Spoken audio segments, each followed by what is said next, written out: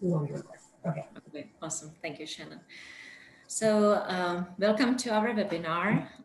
Thank you for your participation today. My name is Vlaďka Kovar and I'm here with Shannon Prey.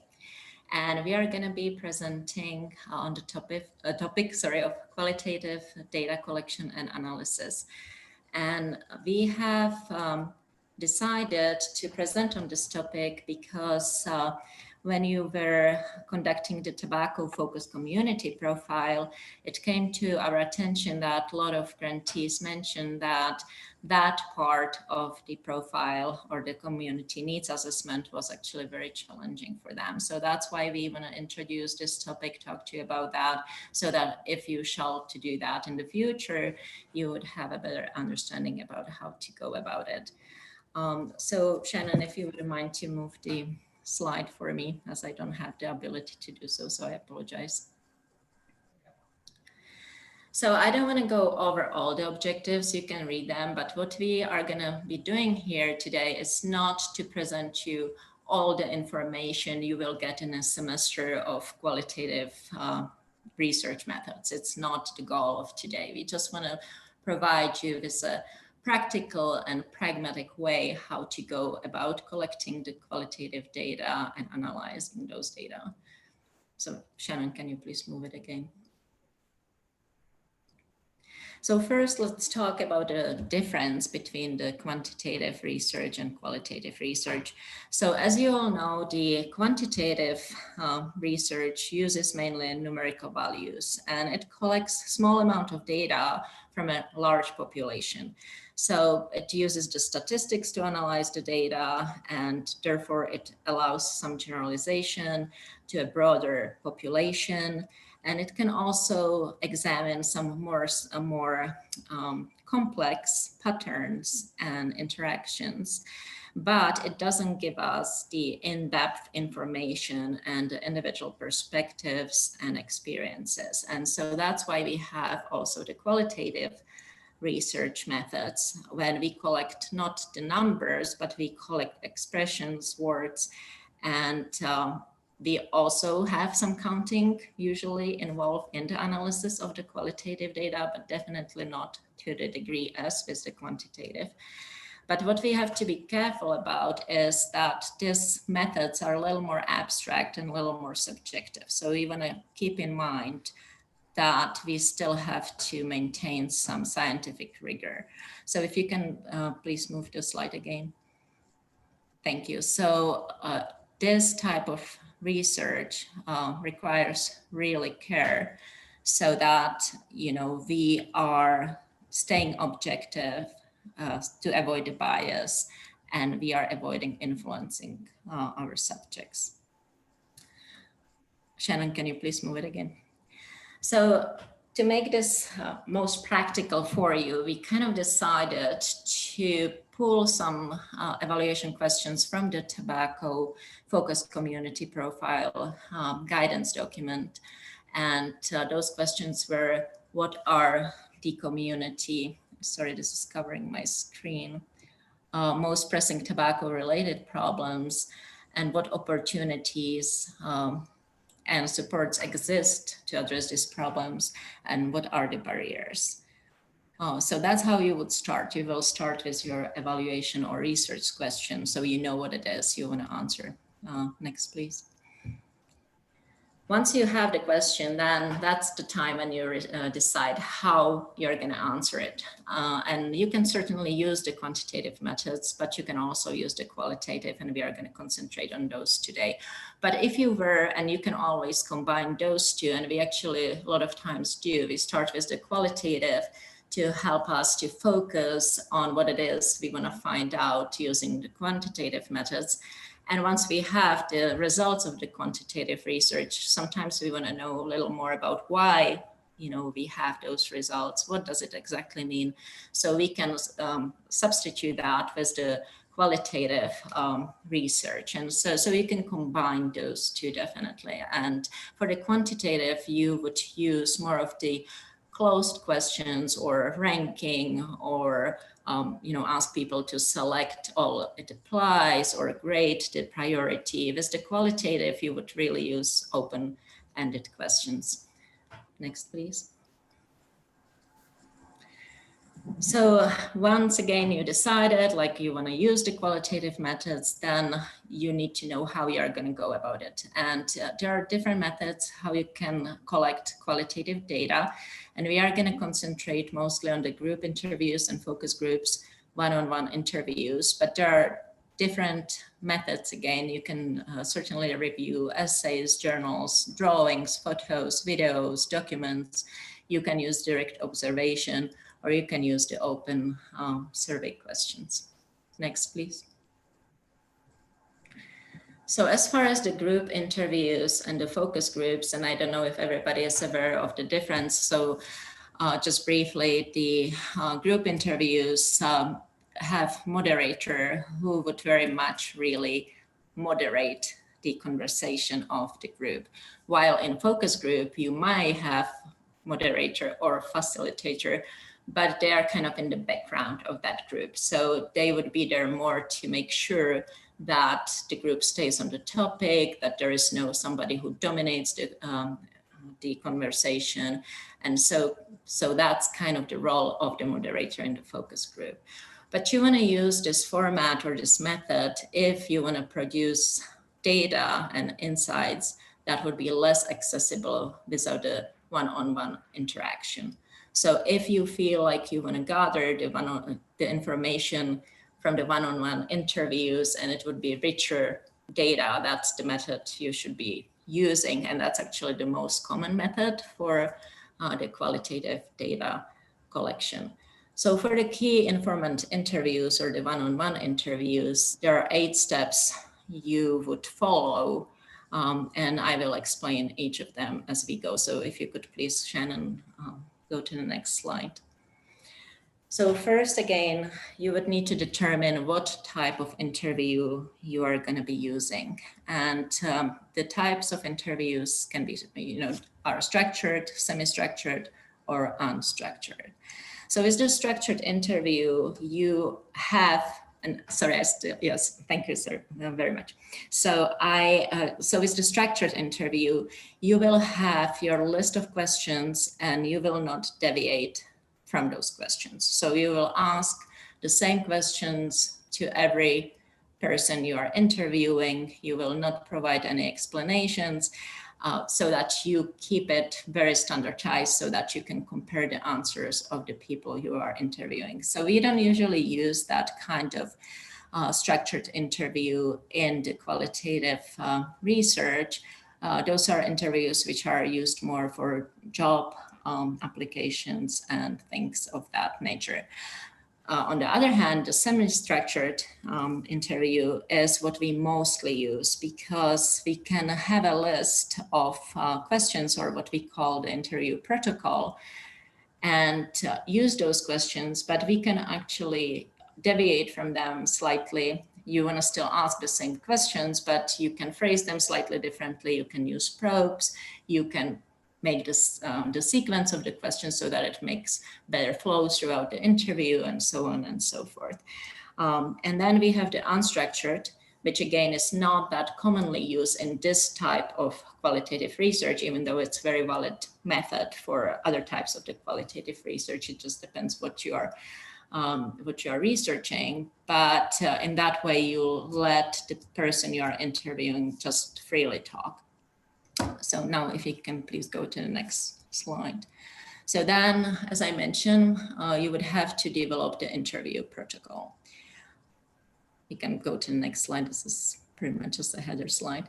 So I put together this table, and this is not something you have to necessarily follow, but it's a good way to think about it. Instead of coming up with questions directly, you would think about what it is that I want to investigate, what is the aim of the interview, and then go to the questions, because this is this structure kind of helps you to really come up with all the questions you want to ask so you won't forget about something, but it also helps you to phrase the questions so that you are really, getting what you want from those questions when somebody answers them. What you need to keep in mind is that the question should be open-ended. So you don't ask, do you support tobacco 21 laws? Yes, no. The better question would be, what is your opinion of tobacco 21 laws? So open-ended question. So that's one important thing. In the next slide, you can see that another characteristic of the interview questions for this qualitative research is that you should stay neutral. So again, we don't ask like, why do you think there are conflicts between smokers and landlords? Because that would introduce bias. So you would ask, what is your experience with smoking restriction in multiple unit housing? We can go to the next question. Again, stay focused. And so, instead of asking, do you dislike, what are the challenges to implementing certain policy, or questions of that kind. So you tell the person you are interviewing, this is exactly what I'm after, instead of keeping it more ambivalent. We can go to the next one. I think this slide is actually the most important for how do you go about the interview itself. Because it's good to know that there are different type of the questions. So you start with the introductory question, right? You can say like, can you tell me about, and go for your topic. Then you have probing questions. That's interesting. What else can you tell me about that? Once you know what it is that you really want to know more about, you can have the specifying questions about, tell me some examples. You can have direct questions. Going back to what somebody said and you want to know more details about it. You can have indirect questions, and those are very important because you want to keep the personal out of it. So you don't want to ask somebody, what would you do in that situation? Because that might introduce some social desirability bias. So a better question would be, what should someone else do in that situation, or something of that kind. And then once you are jumping from topic to topic, you would ask the bridging or the structuring questions. Let me introduce a new topic. And another mostly, or questions which are very, very, very important are the interpreting questions, because you definitely don't want to make assumptions that you understand. You need to make sure that you understand. So you would go and say, so what does that mean? Do I understand correctly, or are you saying that? So I would keep that in mind, that you really, once you are interviewing somebody, don't assume that you understand exactly what they are saying. If you have any doubts, then go and ask more. Yeah, we can move to the next slide. So then you would have to select who you are going to be interviewing, and that might be a little tricky. So you have to keep in mind your capacity, your time. You have to mainly think about, what is it again that you want from the interview? What is it that you are researching? And that would guide you to who you want to start interviewing. And as you go, if you realize like, well, I am not getting enough information about this particular topic, and then you can always ask more people to be interviewed. But so we are not in this way. The goal is not the statistical representativeness, if you would, but it is the sense that you are getting the full range of views and themes. And so the adequate number is not the number, it's the richness of the data. And once you see some redundancy in the data, then you know that the sample size is adequate. And then, of course, it's good if you know about some existing opportunities where or when you can interview people. That's something to consider as well. We can go to the next slide. This is very self-explanatory. Once you know who you want to interview, you try to schedule the interviews and attend to the logistics. And we can go to the next, sorry. The good practice is to develop an information sheet. So you would put all the information about your organization, what is the purpose of the interview, what type of the interview, how long it's going to take. Usually you have to think about 1 to 1.5 hours for each interview. What information you are going to be gathered, how you are going to be recording it, how you are going to disseminate the information afterwards. Stress that that a participation is voluntary. And then you also want to know, because you might have questions after the interview, who to follow for or contact for the follow-up questions. You can go to next. Then, of course, like you can draft your emails and put all the information we talked about in that, and also talk about, show appreciation, because we are asking for somebody's time, and also let them know how they can access the results once the data are analyzed. Then, again, very self-explanatory. Once you confirm the date, time, and location, you will also, choose what type of interview are you going to be conducting, which is on the next slide. So it's actually, I think, Shannon, you went backwards instead of forward. So one more. Yeah. So of course, we have 3 options: in-person, phone, or video conferencing. The in-person is ideal because you can build rapport, you can read the nonverbal clues, but it's time and resource intensive. Phone interviews are not ideal because you cannot observe the people you are interviewing, and also it's harder to build a rapport. So then we have the options of video conferencing, which is somewhere in between the in-person and the phone interview. So it does allow you to observe some of the behavior, but not to the degree you would be able to when you are doing the in-person interviews. And then one of the important things is to really explain the confidentiality. Let the people know that even though you are going to be recording this, nobody outside of your research group is going to know who responded which way, that the data are going to be aggregated. And then, of course, you collect, record, and transcribe the data.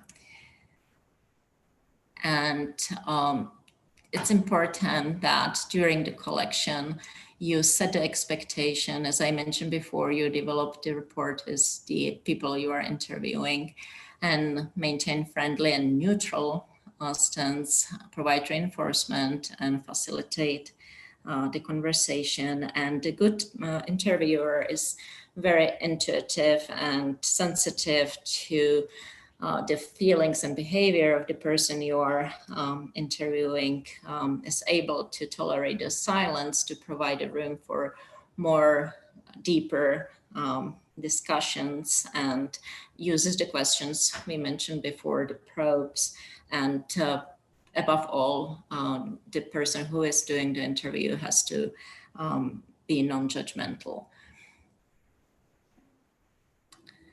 So once you are done with the interview, and again, the good practice is that it's not just one person who is interviewing. One person can be interviewing, but there should be at least another person who is attending that interview, so that notes can be taken. There are 2 people who observe the conversation. And so after you are done with the interview, you would do the debriefing to talk about the important details, the initial impressions, the body language, and so that you capture this important information right after the interview was finished.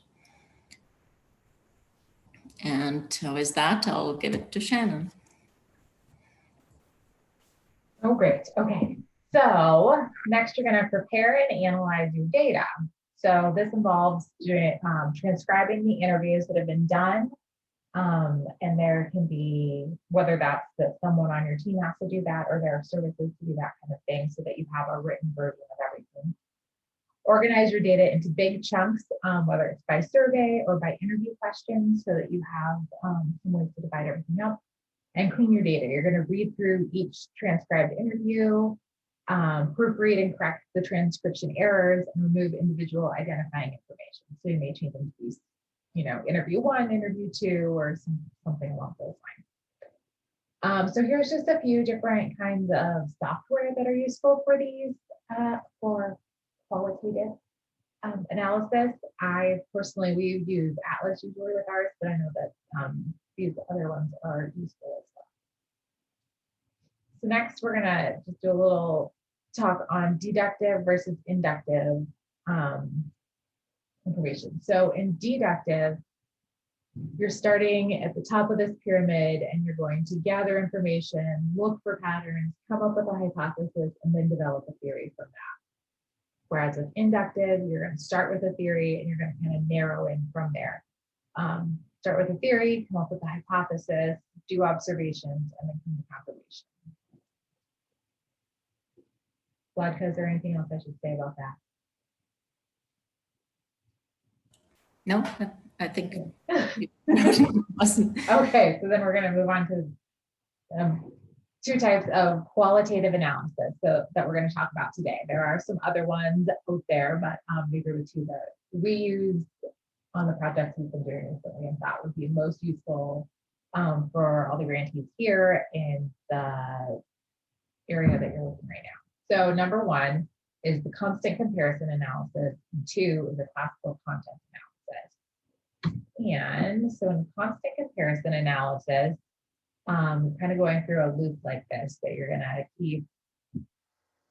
go through the text, you're gonna go into a little bit more of the text, but you're going back around the loop over and over to come up with new codes and then reapply them and then develop and then come up with new things as you're going around. So in that case, you're going to read through the text.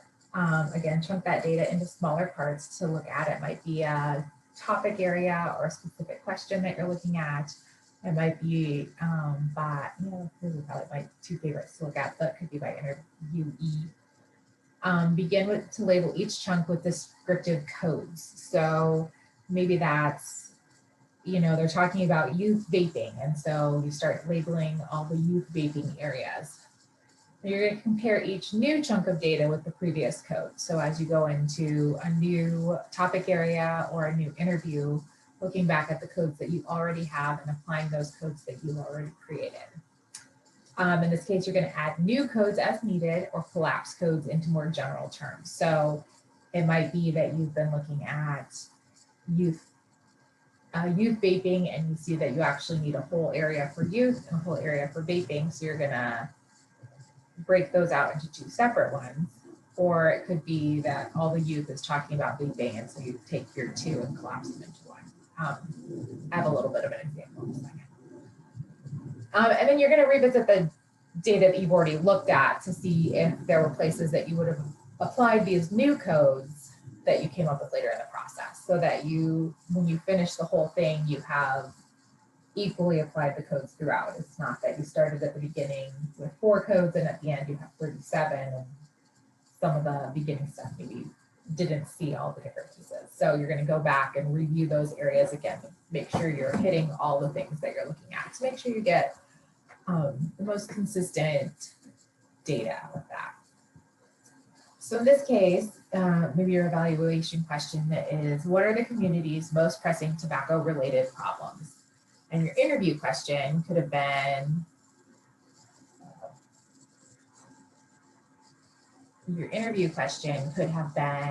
tell me about issues you see in the community related to tobacco use. So you kind of took it and generalized it a little bit into the interview question so that people can again have that ability to talk a little bit more about it instead of just straight on.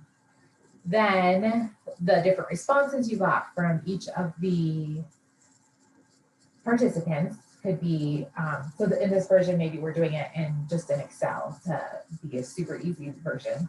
We're gonna have the different Let me go back.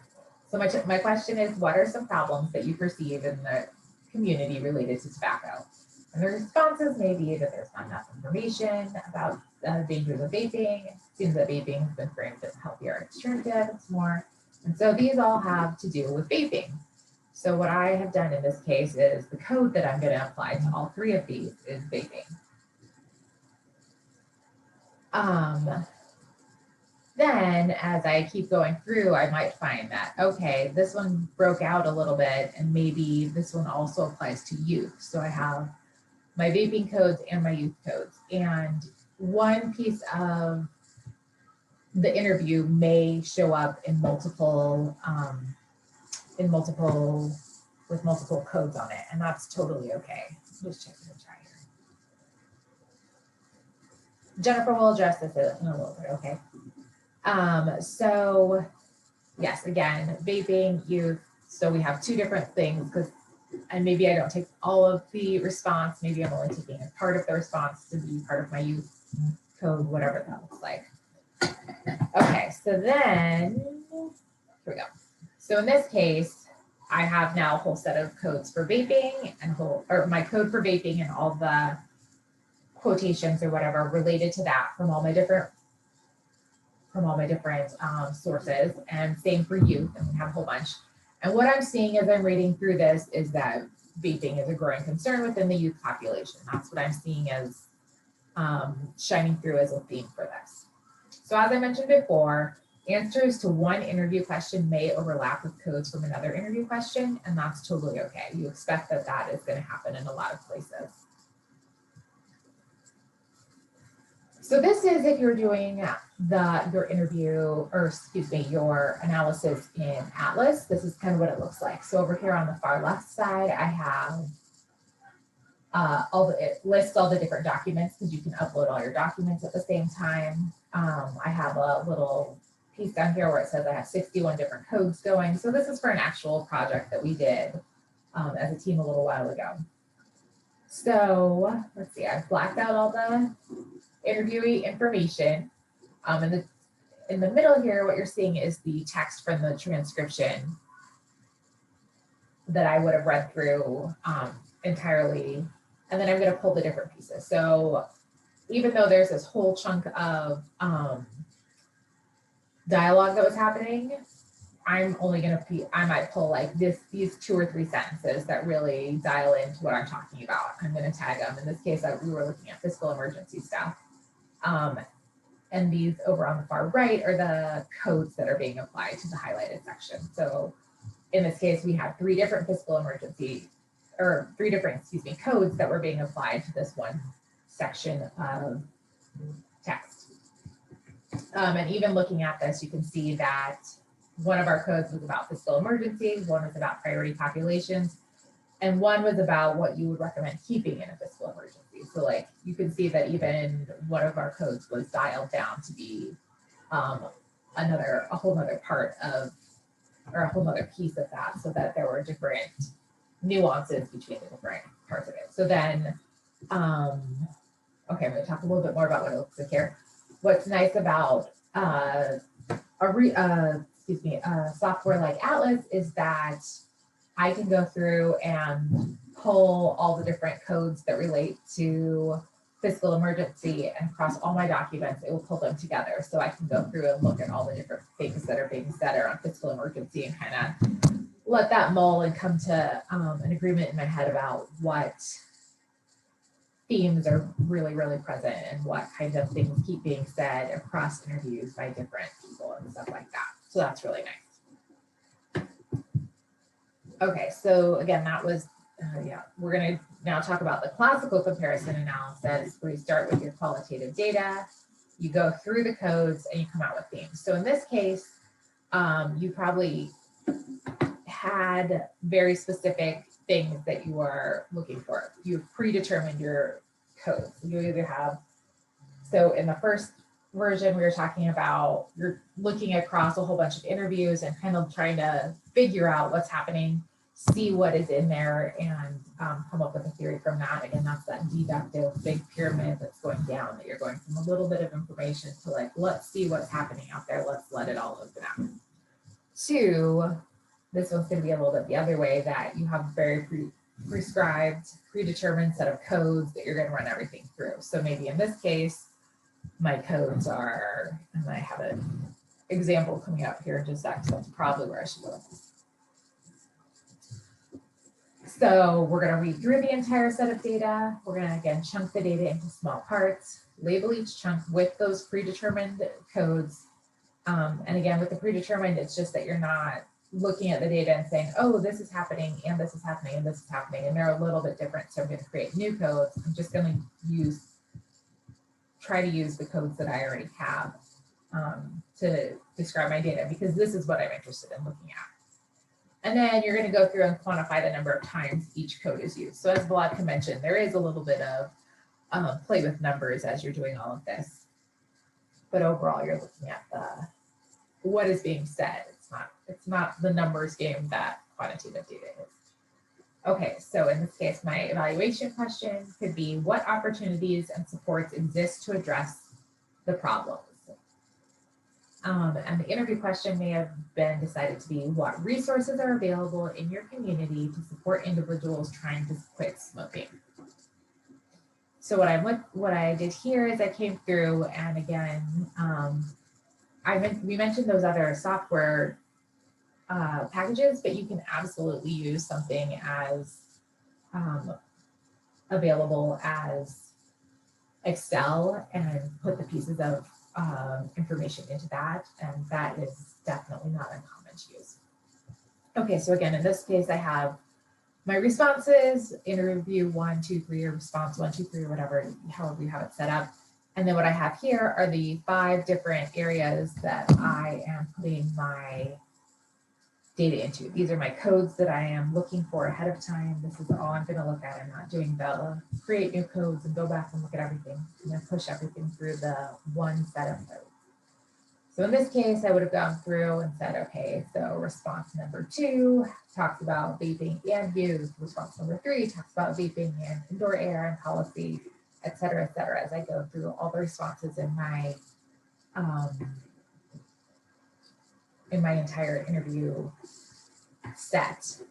And then in this case, what's nice is I could do a simple count on how many different people talked about youth, how many people talked about vaping, how many people talked about indoor air. And in the case of this question, what resources are available in your community? You know, maybe the quantifying this qualitative data is really going to be the easiest way forward in what I'm looking at.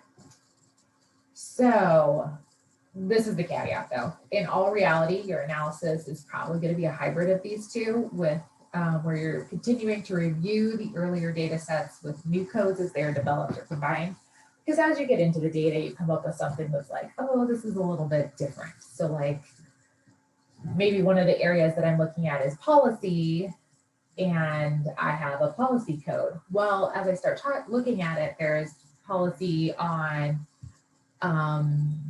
age, and there's policy on price of pack, and there's policy on vaping, and then there's policy at like a larger level in the Clean Indoor Air Act and stuff like that. So there'll probably be a little bit of both, that you may start with a set of codes that you're going to work with, but then as you're going through, you might need to expand and have some more, which means that you need to go back to that first set of data that you went through and make sure you've applied those codes to that section as well.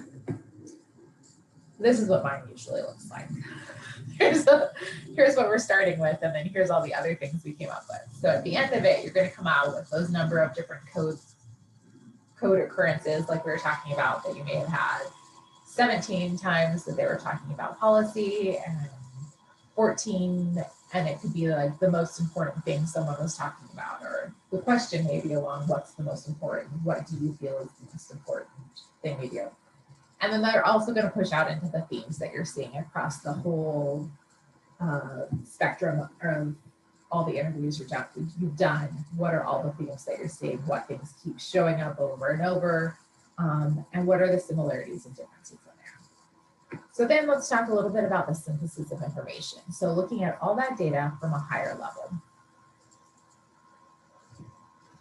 So the first part is preparing text summarizing key themes. So you want to look back through all that information you're talking about and kind of pull up what were the main things that everyone was talking about. Because if you've gotten to this point, you've done a lot of review of a lot of information that was already distilled down from a lot of knowledge and subjects and stuff like that. So there's a lot of stuff to be done there. So summarizing those key themes to work within. List the themes and selected representative quotes. So one of the nice things about doing qualitative is that you're working through all this verbal data, right?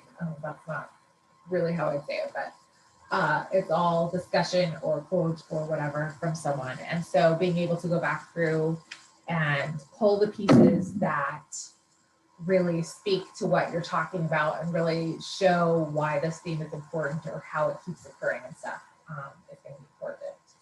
And then you can use things like word clouds and oral stories to help bring your information to life. So here's an example. The four most pressing tobacco-related issues in our community. Maybe this is the top four things that came up or were used over and over or have the highest number of scores, tally marks when I was going through the different things. Vaping is having a large impact on youth. Indoor air policies need to be enforced. Policies are needed to protect public spaces from tobacco smoke. And cessation resources are available but underutilized. So maybe those were the top four things that I found through all the interviews that I did. So then let's talk best practices. One of the best things to do, highly recommended, is to work in teams because that makes it that one, you usually can split up some of the data, but it also makes it so you're not missing things. You can go back and forth with your partner to be like, so interview X said this, and I categorized it as this, and your partner might say, I totally agree, or I absolutely disagree, and I categorized it here. So it leads to just a more focused and kind of uniform look at everything. When we have done big projects like this, we did one recently, 4 of us broken into 2 teams of 2, and each of those teams of 2 was reading through all the same transcripts and doing our analysis. But we periodically go back and compare to make sure that 1, we're coding the same way, and 2, everybody comes from a different background, right? Like my background is actually quantitative. And so what I'm looking at is going to be very different than someone whose background, might be social work or program management or something. Like we're just going to notice and different things. So it's nice when you work in teams because you're going to get both of those perspectives to come out and review it as a whole. Okay, so we're going to encourage inter-relator reliability. So again, that's going to be looking at making sure that we are coding things similarly so that if there are transcripts that I code that my partner does not code, we know that my partner would have gone back and coded them the same. So after you've done a couple, this kind of goes in that loop cycle, that after you've done a couple, when you go back and look at how each other is coding, and then as you move forward doing some more, you'll be like, okay, so I wouldn't have originally pulled this information as this code, but I know that my partner would, and I see the value of that, so I'm going to add that. So it helps with some of that. You can do an actual rating for inter-rater reliability. I'm not going to go into that. Definitely develop a code book so that you have a list of what your codes are, and then using a little bit of like, here's what we're putting in that. These are the kinds of things that fall into this code versus that code, especially if they're similar. And again, to revisit the codes as you go to ensure the continuity of analysis. So again, if you started with 5 codes and you get to the end and all of a sudden you have 25 codes, you're going to want to go back and make sure that all 25 of those codes are being applied to the data you started with. So that end data probably is great because you used all 25 of your codes, but you got to go back to resources 1, 2, and 3, you know, et cetera, to make sure that all those little nuanced codes that you've come up with along the way are applied there as well. And it sounds scary, but that's actually easier to do because you've already read through all the information that second time to go through it. So, and then we're going to look for differences as well as similarities. So that's just important to note that you're not just looking for all the things that they're all saying the same, but you also want to be able to show what one group is saying versus another group, or, you know, that there are, here are some of the things we're looking at, but here are the big differences that are happening across the thing as well. And that might be that we are understanding things differently, or things are being interpreted differently in something along those lines. So looking for differences as well as similarities is good.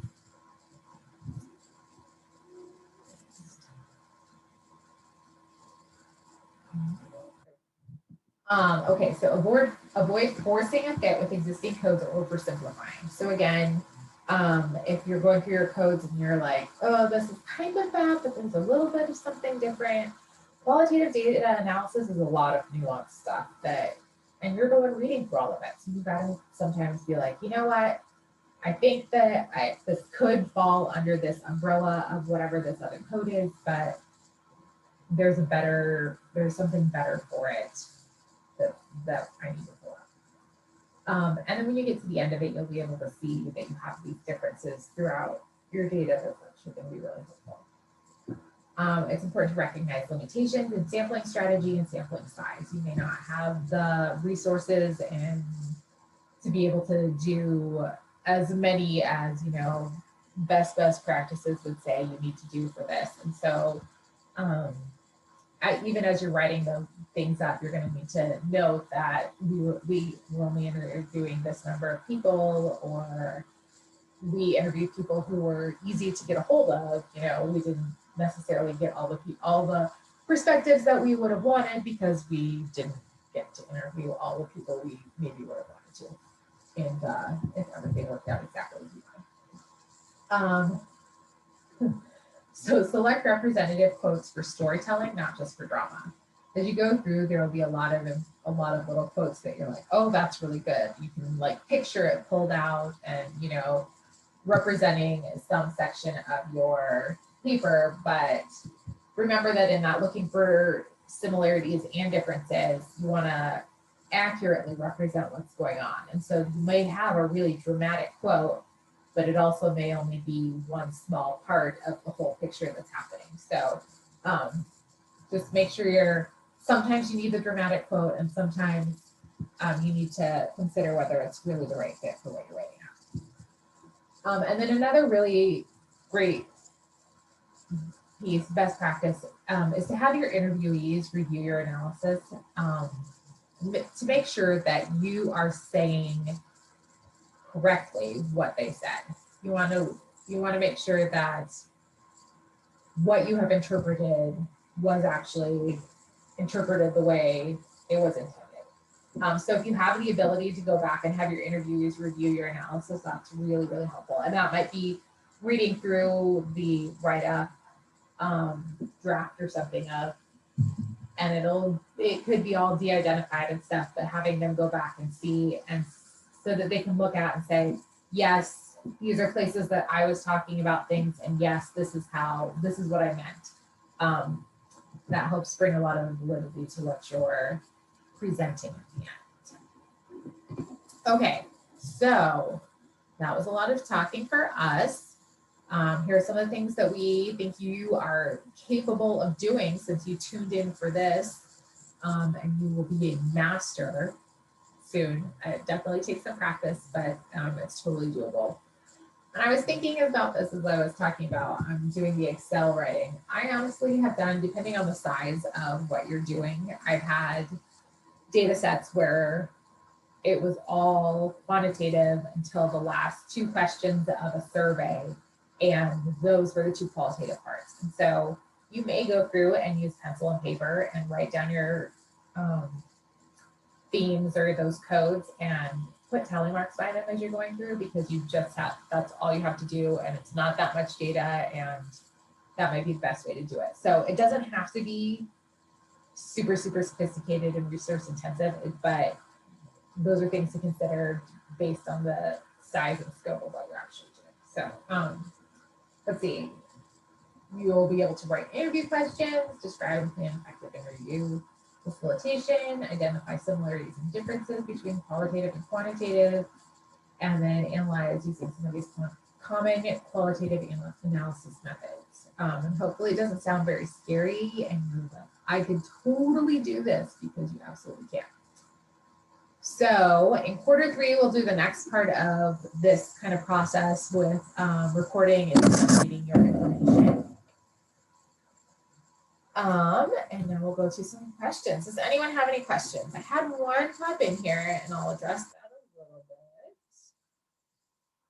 Yes, qualitative data analysis can be very resource intensive. If you're going through the whole system of doing interviews and having them transcribed and time intensive, absolutely.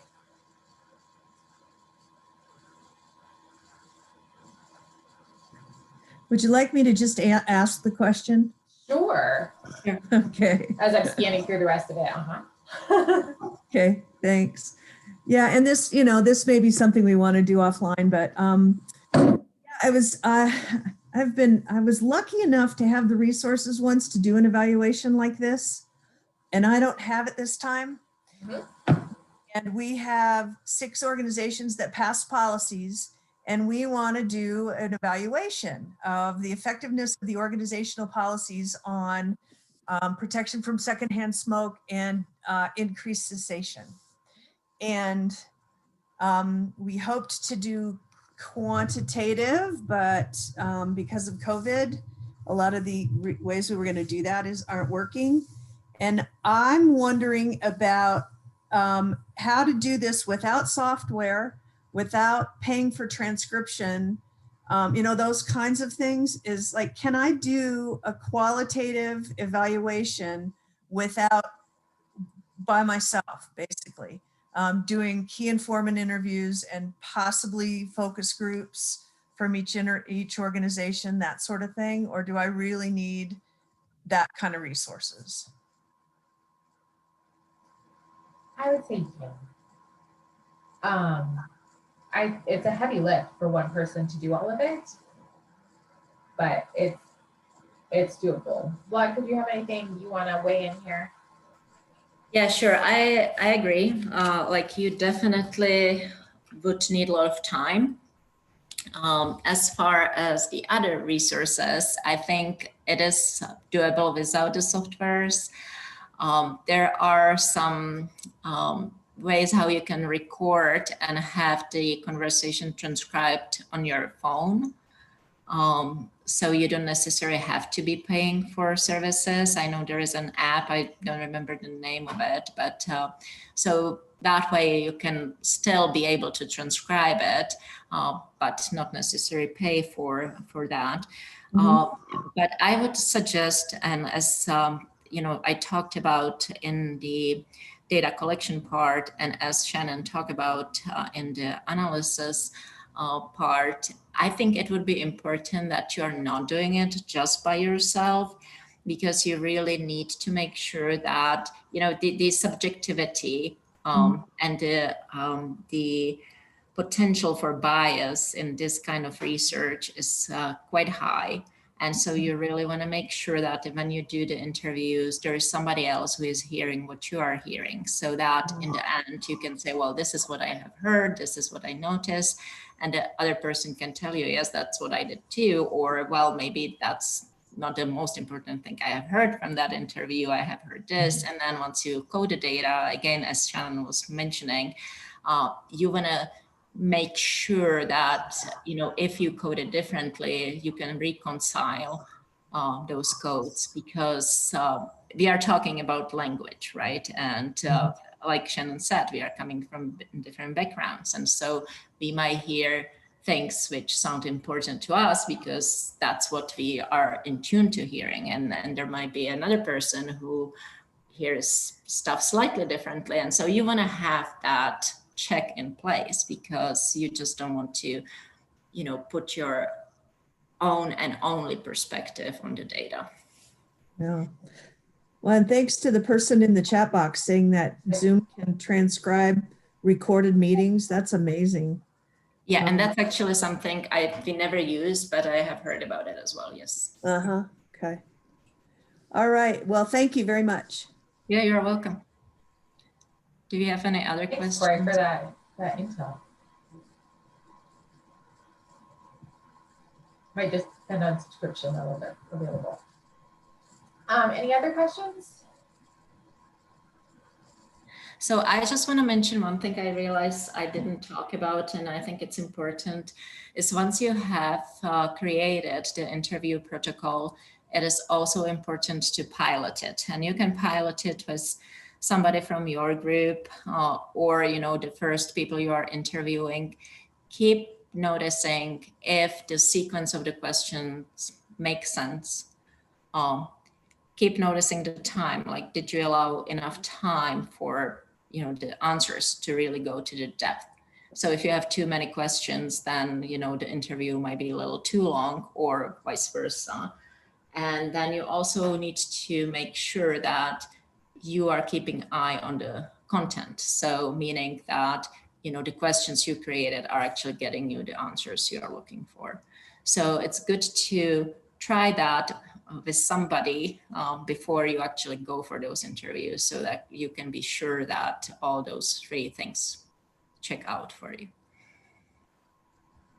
But that's just a practical tip. So you're not realizing as you go that, oops, maybe I should have asked this differently. But you know, the beauty of the semi-structured interview is that you can really, you know, you have a lot of flexibility. So if you feel like, well, the person started to talk about this and it's my question 10 instead of 2, then you would go to that question first, so that you are not jumping around and you are kind of keeping the natural flow of the interview, but you would still need to make sure that you are asking all the questions you want, but you do have the flexibility of, you know, asking the way you want to. So.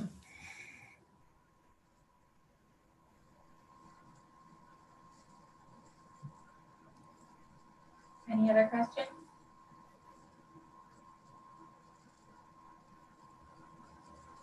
And I just want to say, I know it sounds very overwhelming and it is time consuming, but you can really arrive to a lot of interesting results you might not be really able to obtain if you are doing only quantitative research. So think about it that way.